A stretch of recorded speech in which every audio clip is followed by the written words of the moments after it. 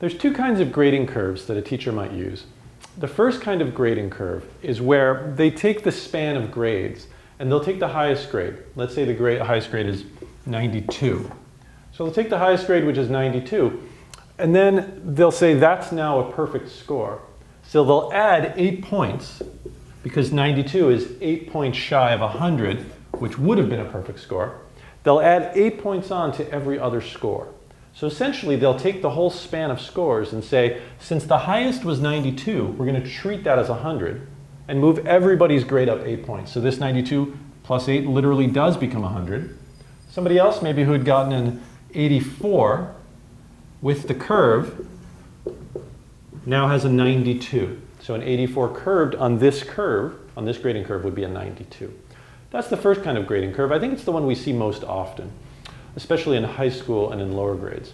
The second kind of grading curve is a distribution curve, where a teacher, maybe even before the class starts, before the semester starts, says there's going to be a certain amount of A's, B's, C's, D's, and F's.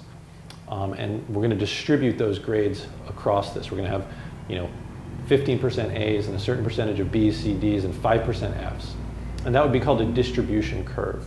And then as the tests come in and as the grades come in through the semester, the professor or the teacher would actually change the grades to fit that distribution.